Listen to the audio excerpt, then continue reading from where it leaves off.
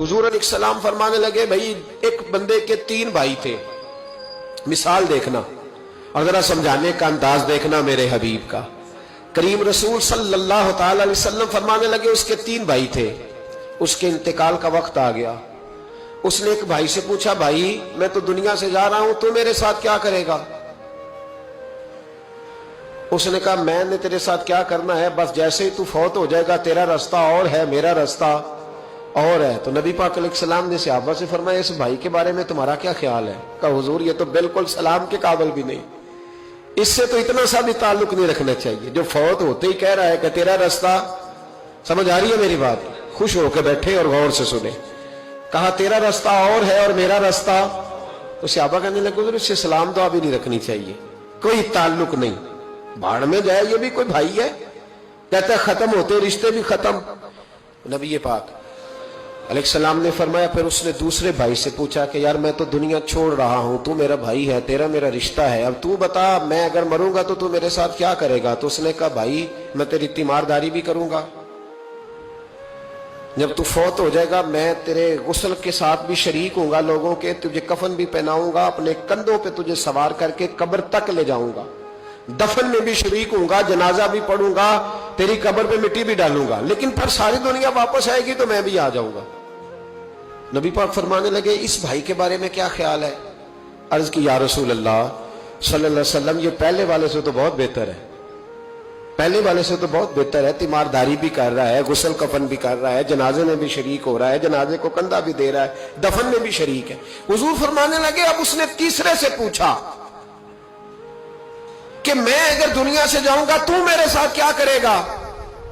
उसने कहा, मैं जब तेरी जान निकलने का वक्त आएगा तो तेरी आसानी के लिए तेरे सराहने खड़ा हो जाऊंगा, और जब तेरी रूह परवाज करेगी तो मैं कब्र तक भी तेरे साथ जाऊंगा, लोग दफन करके आएंगे, मैं कब्र के अंदर भी जाऊंगा, और जब पुल सिरात पे तू गुजरने लगेगा उस वक्त भी मैं तुझे हिफाजत से गुजारने की कोशिश करूंगा, और जब मिजाने अमल पर अमाल तुलेंगे उस वक्त भी मैं तेरे साथ खड़ा रहूंगा और तेरी सिफारिश करूंगा ताकि तू सही तरीके से अमाल तुल जाए। और वो भाई कहने लगा, मेरे भाई जब तुझे शदीद प्यास लगेगी तो तेरे लिए पानी का बंदोबस्त करने की कोशिश करूंगा, तू मेरा भाई है, मैं तुझे तन्हा नहीं छोड़ूंगा, उतनी देर तेरे साथ रहूंगा जब तक तू जन्नत में दाखिल नहीं हो जाता। तो मेरे हबीब पाक अलैहिस्सलाम ने अब सहाबा से पूछा, हुजूर फरमाने लगे, इस भाई के बारे में तुम्हारा क्या ख्याल है? तो सहाबा कहने लगे, हुजूर बाकी दोनों को छोड़ देना चाहिए, ताल्लुक किसी के साथ रखना चाहिए जो कब्र में भी जाए, मैदान अमल पर भी जाए, मैदान महशर में भी साथ जाए, पुल सिरात पे भी साथ जाए, जन्नत में दाखिले के वक्त भी साथ जाए, इसे ले जाना चाहिए। तो हुजूर ने फरमाया, अब सुनो मैं तुम्हें समझाना क्या चाहता हूं। या रसूलल्लाह फरमाइए। फरमाया, वो जो पहला भाई था ना जिसने कहा था मरते ही तेरा मेरा ताल्लुक खत्म, वो तुम्हारा माल है, जब तुम दुनिया से चले जाते हो तो फौरी तौर पर माल से तुम्हारा ताल्लुक। और भाई नाराज ना होना, बेटियां बेटे बड़ा प्यार करते, पर अम्मा मर जाती है तो पहले बालियां उतारते।